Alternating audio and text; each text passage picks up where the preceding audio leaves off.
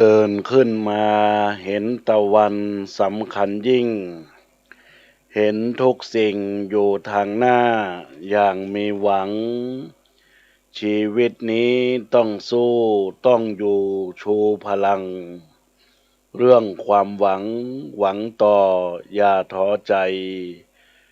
ไม่ได้มากก็ได้น้อยคอยต่อใจจดณโอกาสกาลบัดนี้อัตมภาพติโสพโน